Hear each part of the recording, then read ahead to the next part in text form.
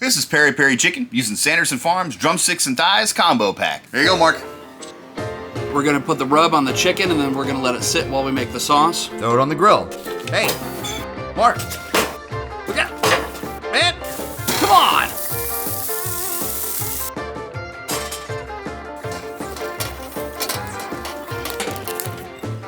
We're gonna start with our bird's eye chili, also known as the Peri chili. They're dried, so we're gonna put them in here, add some boiling water, and rehydrate. Rolled onions, chopped garlic, brown sugar, smoked paprika, dried oregano, lemon zest, lemon juice, apple cider vinegar, salt. Give it a good blend.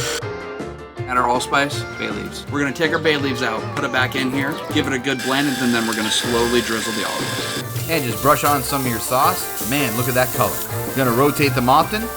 Make sure you bring the chicken to 165 degrees. Plate it up with some rice and a little bit of parsley. That's all she wrote.